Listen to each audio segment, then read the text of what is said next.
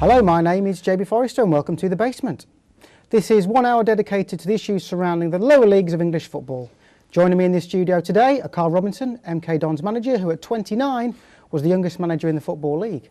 Also, I'm joined by former Bristol Rovers, Peterborough, Swindon and Barnet striker turned coach and now Barnet assistant manager, Giuliano Grazioli. Welcome to the show, guys. Great to have you with us. Evening. Obviously, you two know each other. Whereabouts do you know each other from? I think it's more so through my fitness coach, Damien Doyle. Somebody who tried to get Graz fit in his time at Barnet. Did he do a good job there, Graz? No. He did. He got 30 goals that season, so yeah, he did Cool. very well, Damien. Okay, so you also pitted against each other at the weekend in the FA Cup. Yes, we did. Second round tie. MK Dons got the better of you that week on the weekend. Were they good value for the victory? Yes, they were. There was a period in the first half, about 15-20 minutes, where I thought we had them under the cosh and we had a couple of good chances. But unfortunately, it wasn't to be. Isaac McLeod, who's top goal scorer in League Two at the moment, had a great chance to put us 1-0 up. But every time they went forward, they looked like they were going to score. They were a good side. And I think the turning point was their goalie got taken off, injured. And it gave Karl 2 minutes to have a little regroup. And It was strange, wasn't it? They had a Yeah. little chat, and literally 2 minutes after that chat, bang, they went 1-0 up. And that was it then. And after that, we were always find it hard to break them down. We had a couple of chances in the second half, but they were all, good value really. Well, obviously a good side. Obviously been rewarded with a super home draw against Premiership side QPR in January. How important is that, not only for your players, but for the club in general? They're massive. I think any tie that can attract fans of 15,000 plus is only ever going to be a benefit to any football club, especially at our level. Slightly disagree with Graz to the extent I thought Barnet on Saturday were worthy to get something out of the game. They dominated large parts of it. I thought our finishing on the day was just very clinical. That's maybe the difference between the two leagues. But from that now, obviously the QPR tie is one that it's mouth-watering for us. It's a London team, so it's not too far away. And the chairman's was very, very happy. He's filling his boots. Obviously, Barnet can see that they've obviously missed out on a big tie. You obviously didn't know that during the game. But is that something you'll look back now with obviously manager Laurie Sanchez and kind of have some regrets and that you didn't make it into that third round? Yes, thanks for mentioning that. Obviously when the draw comes on the Sunday, you don't want to watch because you're out of it, but you can't help but notice it. And it was a great tie at QPR home, it was fantastic. And for a club like Barnet, a big club would have been ideal because that money goes back in our budget. I think we've got one of the smallest budgets in League Two, and the cup run is really what you need. And unfortunately, we haven't done it in the FA Cup. But thankfully in the JPT we've done it. Yeah, well, we're obviously going to come to that a bit later in the show. I mean, obviously you two know each other. On Saturday, when you're pitted against sort of friends, does it make you want to win even more, Karl? It was funny because before the game, Graz went into the referee's room with myself and listen, what people need to realise is that we've also got friends outside the game. You've come up against your friend and you speak to them Friday night, you'll speak to them Saturday morning, you'll speak to them before the game. But once that sort of, the old cliche was the whistle goes, you do just want to win, regardless who it's against. Then afterwards, it still hurts whether you win or lose, but you sort of move on with your life and you just sort of get on with it. But we were desperate to win for the football club, not because you're playing against somebody that you know. I think most people in the industry, 99.9% of people are born winners, and that's our objective and that's our job, is to win football matches. So. Yeah, I think you have to have a certain level of that in yourself to get to that level in football. You have to have to want to win badly, don't you? And you have to obviously. You have to hate losing, obviously. You were on the wrong end of it Saturday, but I'm sure, the Johnson's paint, like we'll talk about a bit later, is something that will prove to be good for you this season. Going to move on to, obviously, young managers. Karl, you're the youngest manager in the Football League. I'm sure that's what everyone says about you. I'm sure you get sick of it. Graz, you're an upcoming coach, age 36, still very young in the game. What are the positive aspects about coaching that you've found since you've been doing the job? Well, it wasn't something that came into my mind at all. In all my years as a player, I don't know if it's because every club I've been at, I've had a large turnaround of managers, and I saw what he'd done to them. I saw the grey hairs, I saw the mood swings, and I thought, I don't want to bring that home to my wife and children. I just saw them, and one day to the next, they were different people, and I thought, I don't want that. But then when you get asked to do something, like last year, Martin Allen called me late on a Wednesday night to say, see you tomorrow morning, you're my number 2. Jumped at the chance. It's just an opportunity there that you've got to take. Well, there's so many football players come out of football, they all want to be in the game, continue in the game. What are the bad aspects of management, Karl? I mean, you're doing it very well, some great things have been said about you. What are the negative aspects of the job, in your opinion? I think people sometimes, it's strange our job, if you're an electrician and you're not qualified to do it, you don't make a judgment on it.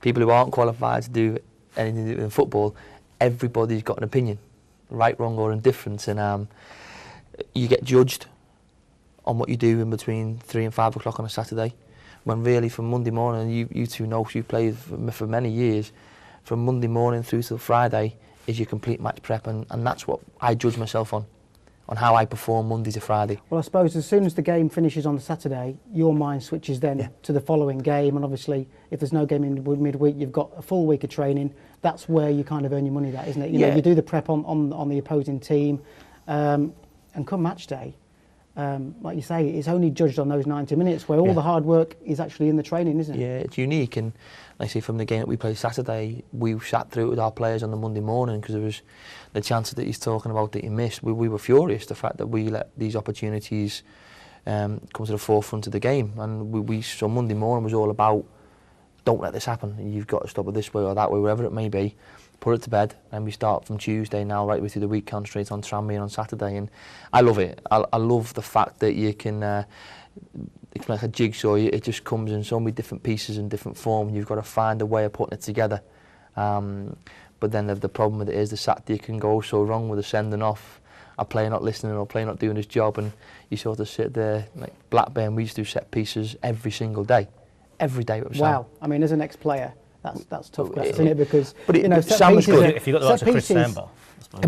Sam Allardyce was brilliant. Listen, I would say he is, what he does, he's one of the best. Yeah. He was brilliant with his players. And on a Saturday afternoon, I won't say the player, but we played Man City away.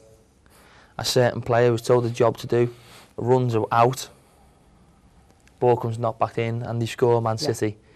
And so it's the 15th minute, and you worked all week, and the player just got carried away with the atmosphere and everything else.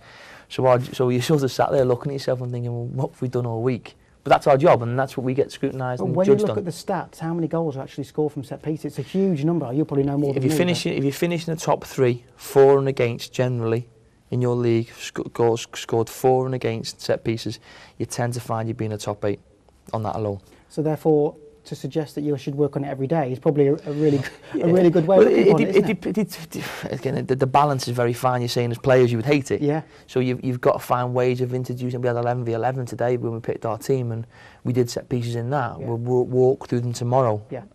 Just in a different ways of reinforcing. In different ways, yeah. And I think that's the. I've got John Gorman, who's been there, seen it done at international level, club level, and he's got unique ways of getting it across to the players. And it's so important. Every element of the game there's no stone unturned, and I think if you tend to find you cheat the system, you find your results will follow very quickly, losing results. Yeah. So it's a lot of effort goes into set pieces, and a lot of effort goes into the way we play, and it's a difficult job, as you are now starting to find out. Well, is that something that you want to get into, Gratz? Obviously, you're assistant manager now under Laurie Sanchez, established manager, but in the future, is management something you'd like to look at? I think so. I think this year is so important to me. Last year was great, the 6, 7, 8 games that I had to keep them up, as a one-off, it would never happen again. So this year's, I want to go into management, but I want to be ready for it. There's a lot of young managers who go into it straight away, and they do okay, but then when it goes wrong, it's very hard to get back into it. Yeah. You see a lot of young managers and coaches just have one shot, don't they? And then they come out the game and they struggle to get the second chance. And that's what I don't want. Yeah. I want to learn a lot. I always do things in life where I want to know I can do this and do it properly, and then go into it. A club like Barnet, you have to know, you have to have knowledge. And under Laurie, he's managed at international level, in the Premiership. He's even done Wickham at the lower levels as well. So I can only benefit from having to work alongside someone like him. Yeah, well, some interesting comments this week made by Stuart Pearce. Not sure if you heard them. He was saying he had a very long and distinguished career, played to 39-40, but he now feels that because he's played that long, it's detrimental to his coaching and managerial career, that he feels he's behind people like yourself and Villas-Boas at Aston Villa, that he's coming to it late. Do you think, Karl, because you started your coaching qualifications at 19, I think you said, that's given you an advantage? Yeah. It's quite unique when you look at a lot of the managers in the Premier League, of obviously Roy Hodgson, Houllier, Rafa Benitez, Mourinho, Wenger, now Villas-Boas, not had glittering playing careers. Not saying it's the right or wrong way, but what it's given me an opportunity to do is to go away and learn the game from working with kids from 8 to 19 at Liverpool Football Club with fantastic talent, to then go and start coaching at this level with under Paul, coaching Premier League players. In the meantime, doing all your qualifications, going all over Europe, seeking new ideas, listening to people and taking things on board and getting people around you that can support what you want. Also people that are around you that will argue with you is a big one. Well, it's interesting you say that because lots of managers I've played for have wanted assistant managers that are just yes men, and you still see it in the game today, don't you? No, and I think it's a really brave and positive way to go about it. You want someone to give you constructive criticism when things aren't going right, because you know nobody knows everything, and you need a different aspect, you know, for someone to give you a different opinion, don't you? I think it's key. Cause John Gorman is, and obviously when I worked with Paul and worked for Sam, I wouldn't agree if I didn't think it was right. I wouldn't be doing my job, wouldn't be doing him justice as a manager. I think John to me is great because he'll say, no, you're wrong. You're wrong. I go, what do you know? I'm joking, no. But then it will go into an argument to go, well, I think I'm right. Well, I'm telling you you're not because of this, this and this and this. And then eventually you come to a happy medium, which is in the benefit of your players. Yeah, yeah. So I didn't know John. I wanted an assistant manager that I didn't know. I didn't want to bring a friend in, I didn't want to bring in somebody that I knew. I've done that with Didi Aman, Robbie Fowler and Ian Wright coming in, coaching on my staff. Yeah. Who I know. But I wanted somebody that I didn't know anything about him. And that probably give me more education whilst in the job as well. Well, that's interesting you say you've done the pro licence, because that's obviously at the top end of coaching. You started off at level 1, which is kind of what most PE teachers would probably look at, so you've worked all your way up. Gratz, you're working towards your level 3 now, aren't you? That's is that right? As I said, coaching wasn't something I wanted to go into, and it wasn't until I was out of work for 2 years. Once you're out of football, you're forgotten. You are. And so what I did, I worked for Bristol Rovers for a while as a scout. So my face was still about, and I still watched players. I knew what players were doing. So I decided to start doing it. And as you know, it takes a bit of time. But there's a few intensive courses going on in the summer. Well, I did it myself 4 or 5 years ago. Went away for 10 days. Did the level 3 UEFA B, as it's called. Yep. Very intense. For players that are not used to doing these courses, it does take it out of you. But it's one of those things. I'm sure you're glad you got now, aren't you? Oh, definitely. You think you know it because you've been in the game so long. You think you know everything, and you do. It's easy for players who've been in it 15, 20 years. I know this, but it's not. When you go on these courses, you realise there's other aspects that you need to know. Yeah. And it's, as you say, it's a mind blow, really. Well, I think the most important thing they teach you, I mean, you'll know this, Karl, is the way to structure sessions. As footballers, we have the knowledge in our head of how to explain it maybe and get it across, but it's how to actually structure a session so we can get out exactly what we want for that session, isn't it? Yeah, it's funny because all the courses, there's an add-on factor to every one. And the ability to structure something and put it and deliver it in a way that the players understand will improve, and then see the benefits on a Saturday is quite unique, and that's the hard bit. You go through to your pro licence and then start talking about budgets and how to deal with chairmans and manage up and deal with the fans and the media consequences that it may have on you, and all these different components start coming to you, and you start thinking, I can't do this. And the pro licence is something like it's 10 days and it's every weekend for 12 months. Yeah. Oh, it's tough. And then 10 days at the end of it. Yeah. And it was just relentless. But I loved it. I loved every minute of it because, again, it's a learning. So you don't have to use it all. I probably won't use it all, but it seems to have got me, it's helped up to now. Very interesting stuff there from the two guys in the studio. We're going to take a short break. After this, we'll be talking JTP.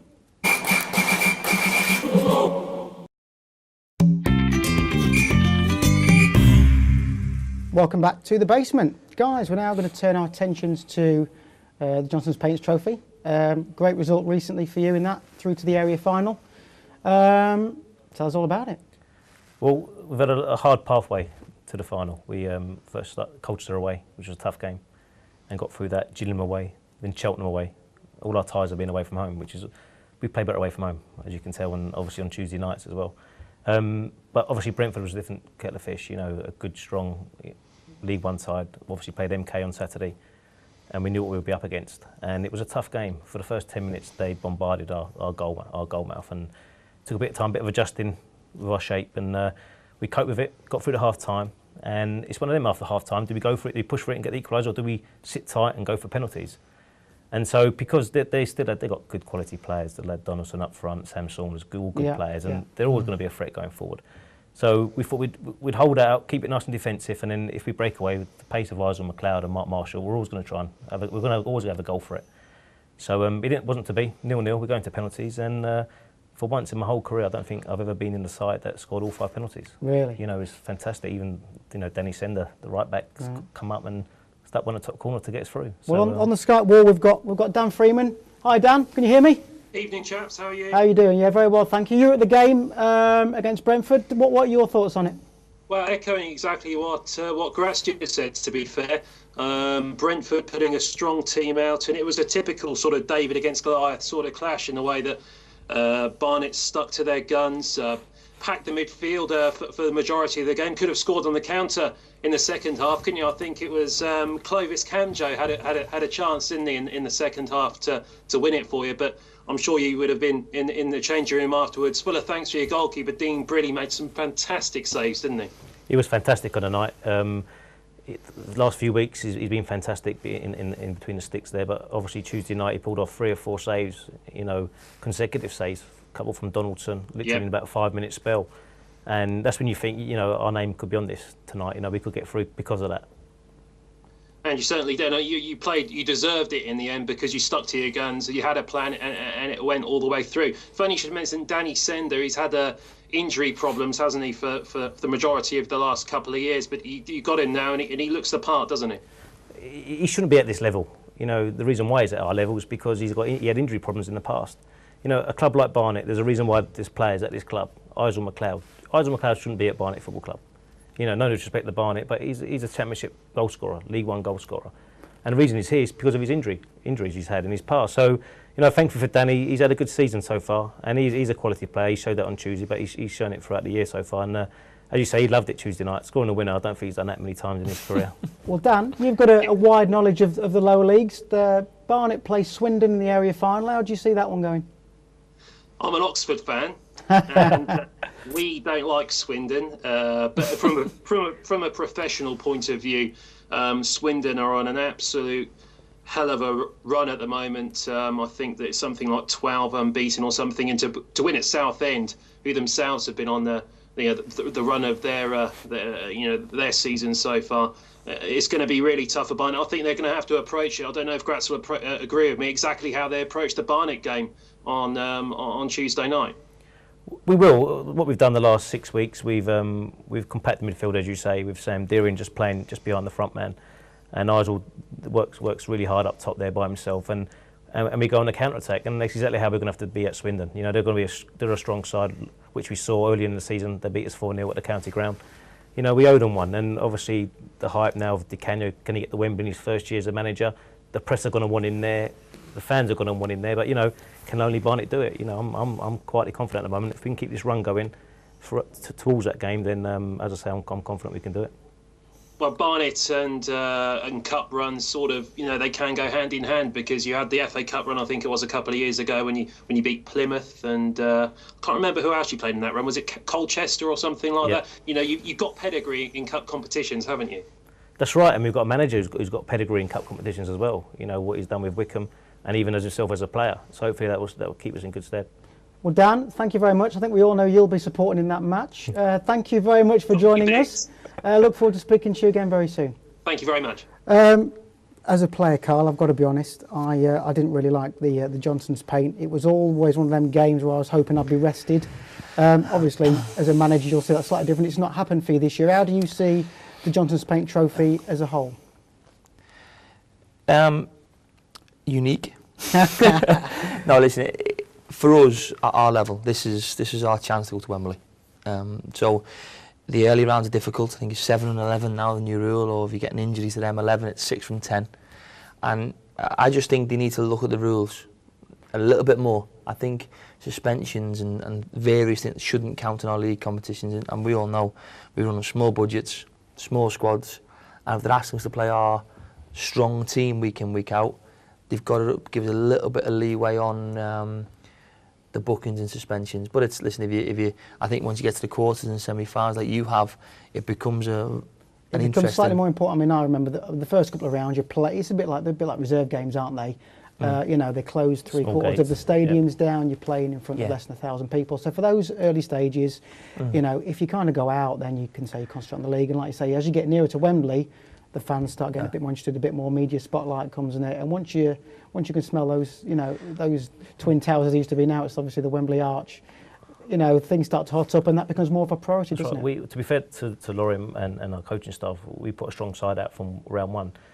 not because we think we're going to win it, but it builds confidence. Winning games can build confidence. You know, some of these sides will play weakened teams. So going into it and getting a result, just that belief in the change rooms after a game could get you through on a Saturday as well. One thing I don't agree with is managers who bring players off after a minute. You're obviously alluding to what Gary Megson did. I don't agree with it. I just think, a few other people have done it, I just think that fans pay the money, first of all. Regardless of 1,000, 2,000, 3,000, they pay the money. Our job, we're entertainers. We entertain, that's our job. So don't spoil their evening's entertainment by subbing a player to get around the system. Personally. Yeah, no, I see you think. I suppose if you were to ask, you know, the managers that have done that, they would say, and because of what you've said, you know, the rules are stacked against them. If the legislation, as it were probably more to what you suggested, then they would probably feel more inclined. Yeah, but we're all in the same boat. I agree. We're all in the same boat. And these teams are doing it. Have got, I think you look at certain clubs, they've got 30 pros. I've got 21. Yeah. And we didn't do it. What they do at their club is magnificent because obviously the budget they're working to. They wouldn't do it. Yeah, you've got 16, 17 pros. And let's be honest, you know, I've played the game, you know, you've played the game. To play 2 games a week, it's what we do, isn't it? I mean, the Premier League, they don't talk about it, but as a lower league player, 2 games a week, over 6-7 months, it's what we do, and we don't moan about it, we get on with it. Yeah, we get injuries and we have small squads, but that's the way that the lower leagues work, isn't it? Right, I'll ask you, do you train or play? Well, you'd much rather play, and when you play, you train less grads, don't you? Because Mondays is a nice, easy session. If you've got a Tuesday game, you have your Wednesday off, and then you're winding down just for the Saturday game. It's not just that years ago, you know, you're not on training fields that are terrible like years ago. You know, you say you can't play two games in a week. What players are training on at the moment, and the facilities you have, and the scientific methods you've got now? God, I'd love to have had that 15 years ago. Yeah. You know, I don't know why they complain. You're paid to do a job, and you know, get on with it. Yeah. We found our results were better playing Saturday. Again with Damien, our fitness coach, I felt he dealt with our busy schedule at the beginning of the season really well. We went on walks, we went into the city and did different things, and sort of kept the minds occupied and kept them sort of active and kept their energy levels ready for a game. And all my players said, listen, Gaffer, I'd rather play than not play. And they were coming to me. Luke Chadwick arrested him on Saturday against Barnet. He was devastated. He said, I want to play. That's the type of characters I think you want in your dressing room. And these JPT competitions mean an awful lot to an awful lot of players. Great stuff. OK, we're now going to move on to the Elite Player Performance Plan. For those that you don't know, this is the radical change in how clubs are compensated for producing young players.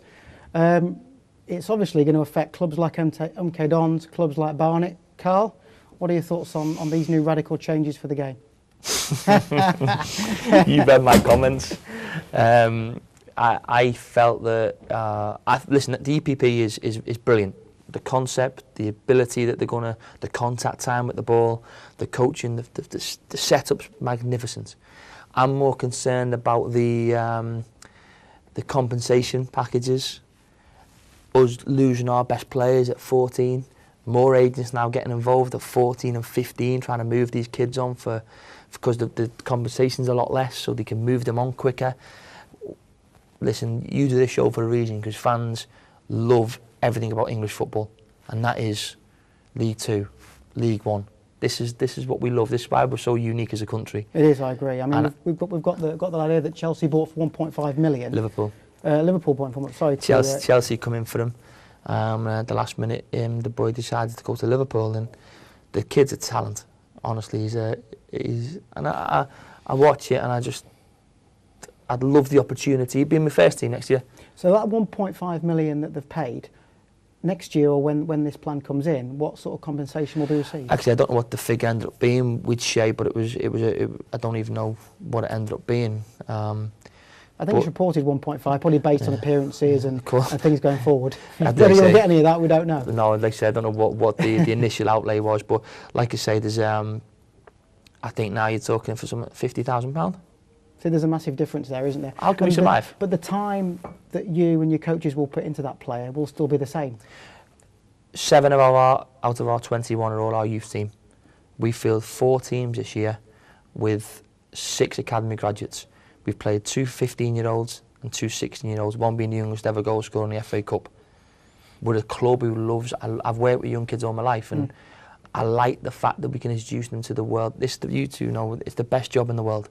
Completely. If we can get these kids through these systems and into the first team early and get them the hunger and desire that it takes to be a professional footballer, I think sometimes maybe staying at these clubs, the best players we've got at the moment in the Premier League, Gareth Bale, Theo Walcott, Chamberlain, come from Football League clubs.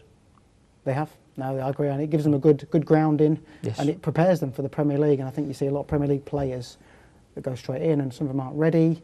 Karl Walker, he's had lower league experience as well. Gratz, what do you make of this? Obviously, Barnet, very small club, and there's rumours that some of these clubs are going to ditch their academies altogether because of this ruling. There is that's been going around the club. But, you know, our Centre of Excellence has only been going for 2-3 years, and so we're at the early stages of it all. And so all of a sudden, these rules coming in, and we're going to lose players that we've developed just for them 2 or 3 years for hardly anything. But as you say, there's no better development strategy for a player to come into your first team and learn football and develop properly in a first team environment at that young age, and then when they go into the Premiership, they're ready. And the clubs like MK and obviously Barnet for ourselves, to get a young kid through. You know, we've got one at the moment called Mauro Villette. He's a young Portuguese under-19. He come from the estates in the local town, playing in the car parks. And the community scheme rang us up and said, "You've got a great little player there. He's come through the system and he's playing first team football." But that's what it's all about, isn't it? Well, it is. The game in our country, I always go, it's about the game in our country. It's all about local boys playing for your local team. It is. We're going to lose that concept. Okay, great comments there from the guys in the studio. We're going to take a short break. When we come back, we'll be talking about finances in football.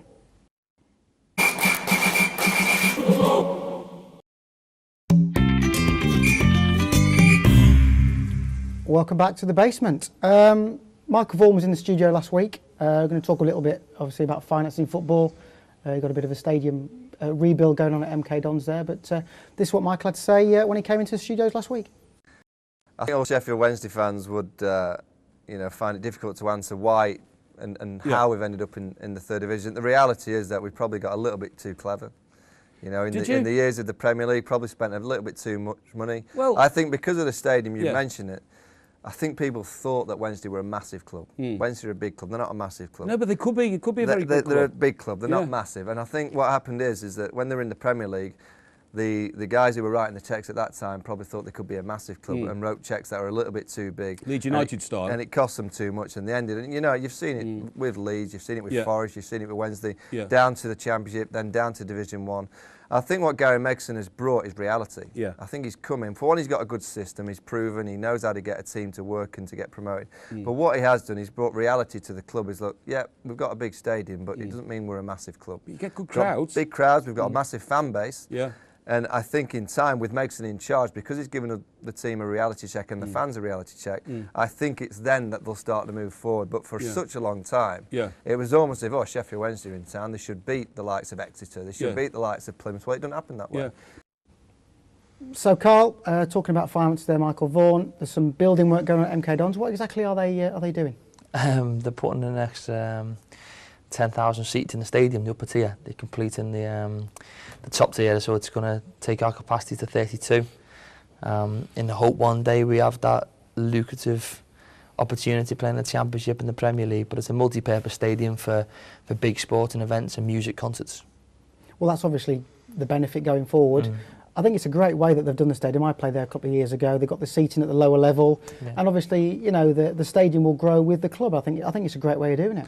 It is, and the chairman put an awful lot of money into the stadium, and he's getting his rewards now because it's nearly finished. And once it's finished, he's left a legacy that will be there for the club's history now. And it's a special stadium, and it'll just get better and better. Just hope the football team can run parallel with the stadium's developments and be where the chairman wants us to be. Well, I suppose at the minute things are on course, you're having a good season. I know obviously you're not going to get too carried away, a long way to go and all that, but at the minute I suppose, you know, everything's going according to plan.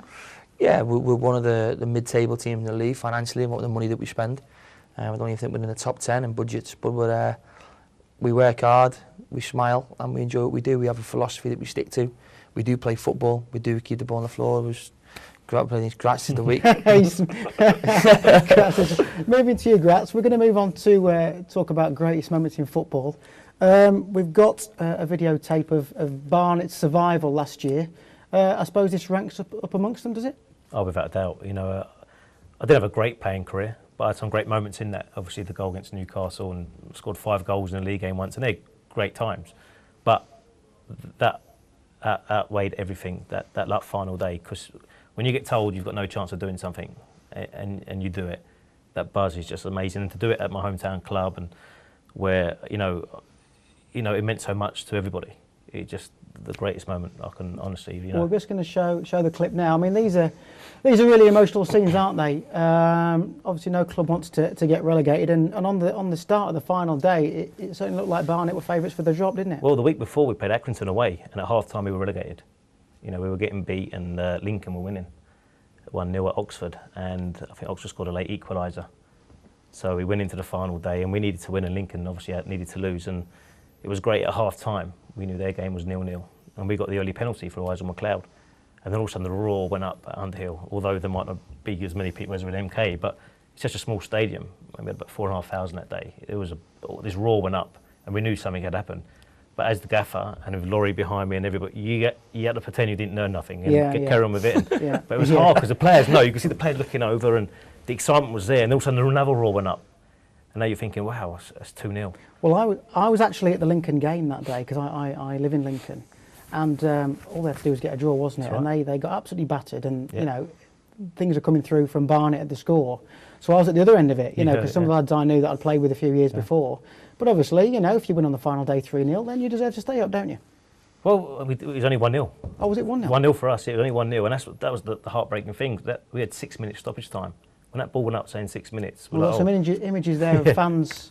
How can we describe them? Mobbing you? Is that the nicest way we can put it? Yeah, they did. Yeah. As you say, with 6 minutes, because only 1-0, because an equaliser from Port Vale we were relegated. So until the referee blew that whistle, you know, that's why it was so much emotion. If we went 2-0 up, it would have been over, and we were fine, we were happy. But because it was just 1-0, any time they went forward, you know, it was heart in the mouth time. Well, we've got Ollie on the line. Can you hear me, Ollie? Yeah, I can do. Ollie's a Barnet fan. Thanks for joining us, Ollie. Nice to see you. Graz is here for you. I believe you've got some questions for him. Yeah, I've just got 2 questions for him. First of all, I just want to congratulate him on his JPT winning, and hopefully we can get to Wembley. My first question to you is, well, obviously we know that Isaac McLeod, his contract's going to run out in the summer. So are we going to be offering him a new contract, or are we going to be selling him in January for a fee, or are we going to be letting him go on a free and just hope he just scores enough goals to have a good season? And what was your next question? No,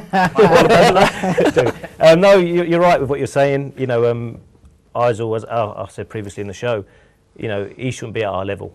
You know, he's a proven goal scorer. He's a 1 in 2 throughout his career, and we've done well. We got him when he was injured, and we looked after him and paid for his operation and rehabbed him, and we got the player that we've got now, and he's done ever so well for us. He's on good money. I'm sure we'll have to discuss his contract in the next couple of weeks with the January window coming up. And obviously I'm sure that there'll be people monitoring the situation. Okay, that's quite a good answer. My second question is, so as we know, the Hive, we've invested a lot of money in that, and I think you mentioned before about Marrow. But who's the next prospect to come through the training ground into the first team? We need to see another Joe De Vera. I totally agree with you. I think Joe come through the Protect scheme that we had at the time, and obviously Mara Valek coming through the Centre of Excellence. There's a couple of youngsters coming through at the moment. They're not ready at this present time, but we're in this Heart Senior Cup, as you well know, and it's a good sort of fixture to play them in and see them in men's football. You know, academy football's great, but when you're playing against the same level of players week in, week out, I don't think they develop quick enough. I think the benefit will be sending out some of these good kids that you think are going to progress, send them out on loan to non-league clubs at good level where the pitches are good, and let them develop properly as men and feel the pressure on a Saturday afternoon. I think there's nothing better than feeling the pressure, especially as a centre forward, one-on-one, you know, with a keeper. You've got to put it away, and as a young kid I think you can learn so much from being out there and feeling it. All right, thank you. Ollie, thank you very much for your question. Did you get the answers you wanted? Yes, thank you very much. Fantastic. I think you could have been a little bit forceful on the first question there, but you answered it very well actually there. I was quite surprised there when you answered that. Thank you very much for joining us, Ollie. Hope to see you up on the Skype wall again sometime in the future. Thank you. Thank you. Cheers, Ollie. Karl, your greatest moment in football? It'd have to be Paul Ince, I think, when we won the double in our first year at MK Dons. It was a unique time. I think the club was new. Nobody really knew anything about us, and to to go win the JPT and the league trophy in that year was fantastic, and obviously Paul went on to Blackburn from there, but that year was a special year for all MK Dons fans. Well, you don't forget those promotions and those, they very rarely come along, player, coach, manager. And I think certainly when you retire, those are the things that you remember greatly, aren't they? And they're the things that stay with you. We've got Jake on the Skype wall, and also Jake's cat. What's the name of the cat, Jake? My name's cat's Reggie. Sorry, say that. Just can you speak up a little bit, Jake? We're struggling to hear you there. My name's cat's Reggie. Reggie. Okay. Well, we've got Karl. I believe you're an MK Dons fan. We've got Karl Robinson. Fire away. What do you want to ask him? Just what is our spending power in January? Because I heard you want to bring in 1 or 2 players. What kind of players are they? Good question. I want to bring in players that can take us forward. There's 1 or 2 that I've got on the radar at the moment. There's also an awful lot of hype up players at our club moving on as well. We're not in an affluent position where we can always go and get the best players in the league. I think our fans now know that. My ambition is to go win a championship, and I think it runs parallel with a lot of the fans and the chairman. They don't want to really name the players. They don't want to put too much value on the players that I'm chasing. But there's 1 or 2 at the top end of the pitch that I think we can improve on. I think defensively we're not too far away. I think our 2 centre midfield players, the 3 of them, including Shawnee Williams, are as good as what we're going to get. I'm just looking for maybe pace and a little bit more quality in the final third, and maybe somebody who can take set pieces after Peter Levin moved on. Oh, well, that's a fairly good answer, to be honest, because... Who's you hoping for, Jake? What sort of names would you like to be brought in? Well, I would like players like Jordan Rhodes, but with players with Premier League clubs tracking him, I don't really think that's possible. Anybody else? I mean, obviously, I think MK Dons have got to be realistic. They're having a great season. I suppose, Karl, one of the things is not to disturb things too much as well, isn't it?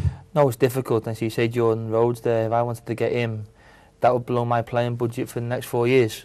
So we've got to bring the right people in. I want to bring people in that care for the club. I want to bring people in who do right by fans and the teammates, and I'm trying to find around the type of characters that can fit into the type of philosophy that we've got. Jake, did you get the answers you wanted? I think you answered them pretty well there, didn't you? Yeah, and I've got another question. With players like Daniel Powell, Chickson, Flanagan, Sam Baldock and George Baldock coming through the youth system, who are the next potential players to be like them when they're coming through? Brendan Galloway, who's 15, is a talent. I brought him on the FA Cup. Delhi, who's on the bench on Saturday against Barnet, and also the one who's now introduced himself to you all is George Williams after his FA Cup goal. The 3 of them have got tremendous talent, but in that under 16 age group we played Tottenham at home at under 16s, we beat them, I think it was 5-0. And amongst them group of players, probably 4 or 5 players that, if they don't move on, will be in our first team in the next 2 years. There we go. Could you see Sam Baldock being not Sam Baldock, George Williams being the next Sam Baldock, or do you reckon he could be better? Oh, that's probably your best question, that. I've said Sam will play in the Premier League. George is still young, but he's got an eye for goal that you very rarely see at any level. So the boy's got a chance of maybe even going one better than Sam, yeah. Jake, thank you very much for your time. Thanks for your questions. We didn't see too much of the cat, but maybe we'll see the cat in future times upon the Skype wall. Thanks very much, Jake. Take care. Cheers, bye. Bye. We're going to now take a break. We're going to come back shortly.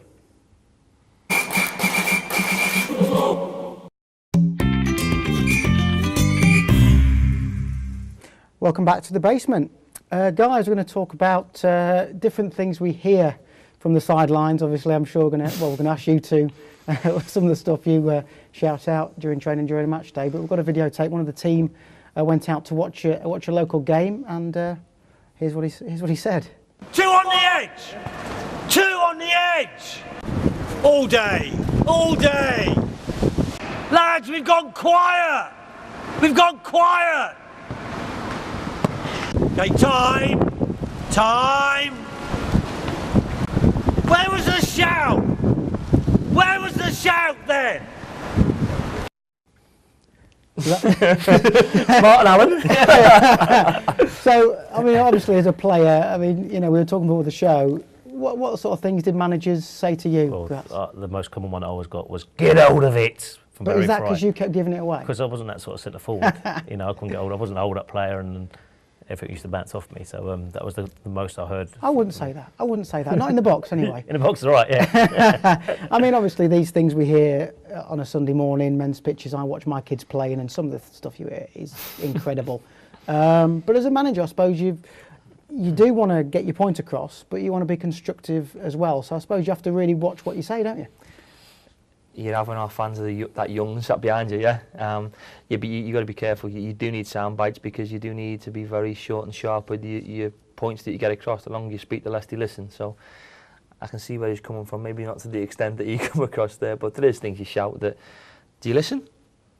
The players listen. Well, I think you've made a really good point there. The more you say, the less people listen. Yeah. If you say something constructive, then I'm more likely to listen as a player. But if I see a manager pointing the finger, looking like he's losing control, then I think you just switch off, because you've also got a game to play, haven't you, Grant? But there's also certain players who benefit from a rollicking, shall we say, and there's certain players who don't need it. Just the one-word answers is fine for them. But obviously the most important ones that you say, like tuck in, get your shape, they're the ones that players will straight away switch on, bang, they know. But as professionals, we all know what these phrases mean. But you got guys on a Sunday and Saturday, playing for the pub team that say it, and they don't know what these phrases mean. I mean, when my kids started playing football, age 7, I've got them saying "dig in." Now the kids look around and say, "What's he talking?" No square balls. I mean, what do these things mean? Yeah. A lot of people, they see it on the telly, and they repeat it, and I don't think half of them really know what it means, do they? Not. I don't think they do. I'm not listening. I love the enthusiasm. I just think that's brilliant. I think the fact that people shout things and get so enthralled in the game is great. Obviously, I think at our level, I think a few of my players are looking at me with very strange looks, as if they think I'm losing the plot if I come up with any of them comments. Are you a ranter, or are you very calm? How would you describe him? Should we ask Gratz how he would describe him? No, to be fair, no. On Saturday he looked the part, to be fair. Yeah, he said the right things, right times. I'm learning. Thanks, mate. I listen to people. Does Laurie know you've been watching the Division Manager? You've been watching Laurie. But it's because I'm learning. I listen to everything. I listen to John. I was into the fitness guy. I was watching everything people were doing, because that's what I need to do. I need to listen and say the right things at the right times, because I'm a novice. And it was good, seeing someone who's young, much younger than me, doing it so well. Is good learning. Good stuff. Okay, we're going to now look forward to this weekend's matches. Obviously, you go to MK Dons, go to Tranmere. We've got Matthew on the Skype wall. Hi, Matthew. Can you hear me? Hi, yeah, I can, Chuck. How are you doing? You okay? Yeah, good. Thanks. You? Looking forward to the weekend's match. How do you see that one going? Well, it'll definitely be a tough match for us. We haven't won in a few games, but hopefully a good 2-week break will have done us some good, and hopefully found some form in training and get a good result. Well, MK Dons with 3 points and results go for them, they could go top.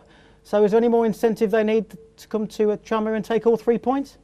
Definitely is incentive, isn't it? When you know you can go to the top of the table with a win, and hopefully we'll be able to quash that come Saturday. How's your form been recently? You been going good guns? Last 6 games we're without a win. We've lost 3 in the league and drawn 1, and lost 2 in the cup. But before that, we've been in good form. And it's not been the case of performances slipping too much. It's just been not getting the run of the ball at times, and our finishing's been a bit off as well. Okay, well, we've got MK Dons manager Karl Robinson here. Is there any players that, I'm sure you'll be aware, but any players that they should be looking out for on Saturday?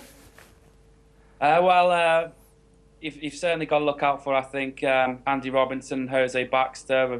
Baxter's been brilliant since he signed on loan from Everton. He's one of the best loan signings I think we've ever had at the club. His touch is fantastic, and his vision as well. And Robinson, obviously, he's experienced, he's fit, and he can tear teams apart on his day. Okay, well, you've just given him the heads up there. Obviously, he's going to change his team just on what you've said there, Matt. Tough game, Yeah, he's right. I tried to sign Jose Baxter for Liverpool at 13 from Everton. And he's a talent. Tranmere have done fantastic again. Andy Robinson, obviously, they signed him when his form wasn't great and he'd had an injury. Yeah. But they've got a number of players. I think Ash Taylor at the back, John Welsh, who we know really well from Liverpool. Les Parry's done a magnificent job. And one thing about Tranmere and the fans is that you know you're going to get you know you're going to be in a game. At the end of it, if you come away with the 3 points, you know you've had to give everything you've got to the 90 minutes, because you don't come away from Tranmere with 3 points and not having to work hard. And Les Pine, the fans and the players are going to be difficult to play against. But we're looking forward to it. Like I say, I'm going back home, so it's. I've not that we got beat there last year as well, so we need to turn that round. Well, is that a game that you look, at the start of the season when the fixtures are announced? That's because you're from around that area. Is that a game you look upon? Yeah, I'm from Oxton Village, which is, as Matthew will know, is literally about 2-3 minutes down the road. So it's great. I get a bit of stick. A lot of my friends are Tranmere fans and live around that area. But I always look forward to coming back to Tranmere. That's a club that's quite close to my heart, because obviously being from that area. But unfortunately, I've got to do a job and go and beat them, and that's my job as a manager. And like I say, I'll go back and that coach a very happy man, hopefully with 3 points on Saturday afternoon. Cool. Okay, Matthew, while you've got him, you going to fire any questions at Karl? Yeah, we haven't had a game obviously for 2 weeks because of being knocked out of the FA Cup by Cheltenham. Has that made it difficult for you to scout Tranmere before the game?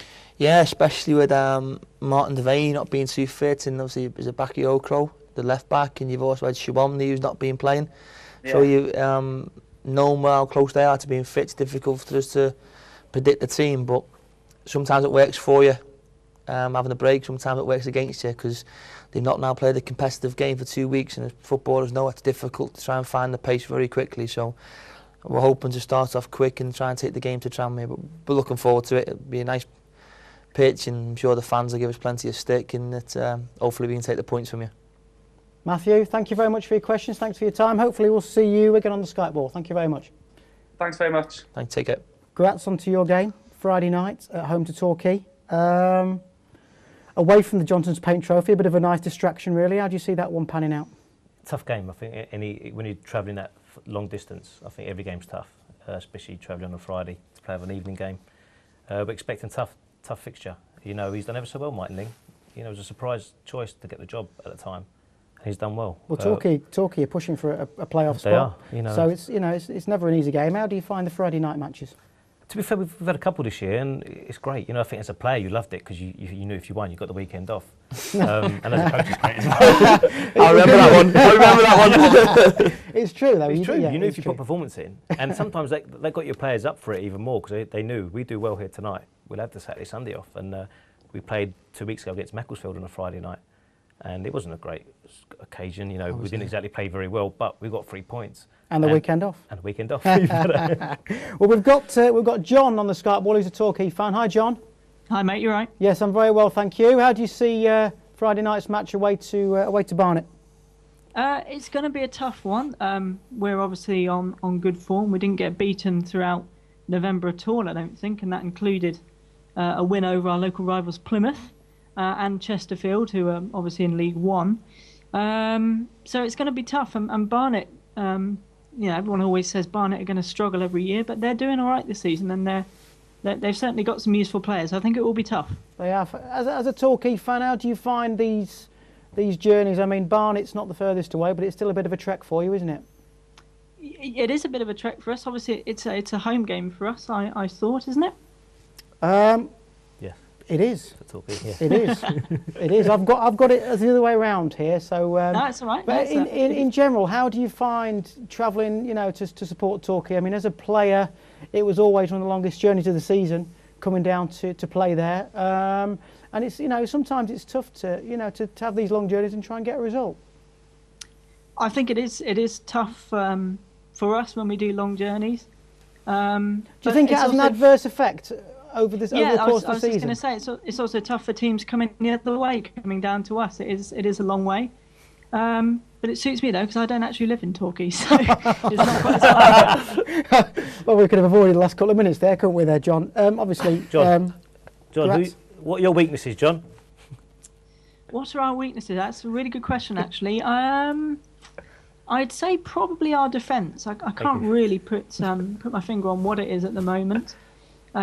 We have improved in recent weeks, but certainly we went on a really a poor run of form during October. We conceded 5 against Gillingham and 4 against Southend. And it has looked poor at times this season. Like I said, it has improved, but we've got one of our main defenders, Brian Sarr, who followed Martin Ling and came in over the summer, is out injured. And we've had to bring in a lad on loan from Colchester, Tom Aldred. So yeah, that's why I'd say our defence is probably our weakness. Okay, John, thank you very much for your time. Thank you for your questions, and hopefully we'll see you up on the Skype wall sometime in the near future. Thank you very much. Okay, cheers, mate. Bye-bye. He's killed me now. I thought the game was at Barnet. I thought the game was at... you could have helped out. It's on the caption. You could have told me, couldn't you?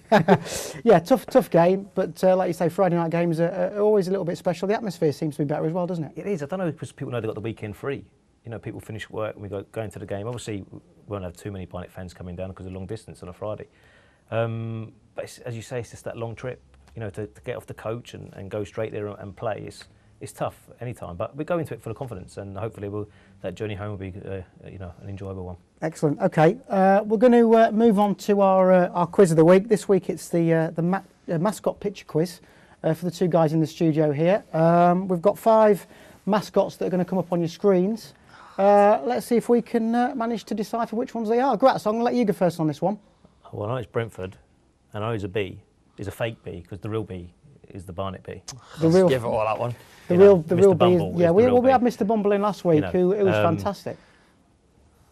I don't know, obviously something like Brian the Bee or something like that. Oh, we don't know his name. Right. Karl, I'm going to come to you for numbers. That was correct, by the way. That was Buzz Bee, the Brentford mascot. Karl. I've said Huddersfield, isn't it? Huddersfield. Do you know his name?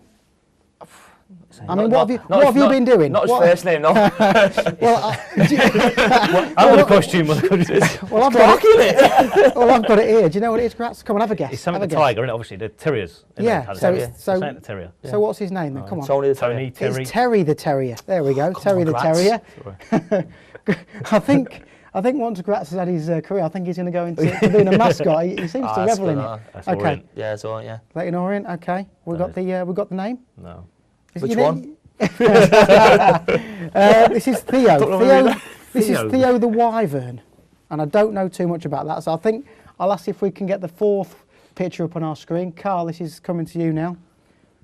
That's another one.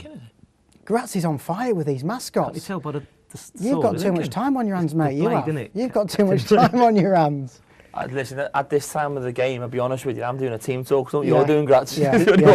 Gratz did a boots hole war for the last couple of years as a player. Gratz is watching the cheerleaders, isn't he, at half time? That was Captain Blade, by the way. Yeah. And finally, come on, Gratz. That's a shrimper, isn't it? Southend. Yeah, what's his name? Or her name? Or her name? Oh, yeah. Careful. Yeah, it could be. Samantha. Sammy the shrimp. Yeah, could be a boy name, well. A little bit worrying there that Gratz was so good on the mascots there. Okay, come on. Got ball boys, you see. I'm the community coach. We've got the other 87 mascots. If you could give us their names after the show, that'd be great. Thanks very much. Okay, guys, thanks very much for joining us. No problem, thank you. This has been The Basement. Thank you to Karl Robinson and Giuliano Grazioli. There's more next week from The Basement. Thank you. I've been James Forrester. Bye-bye.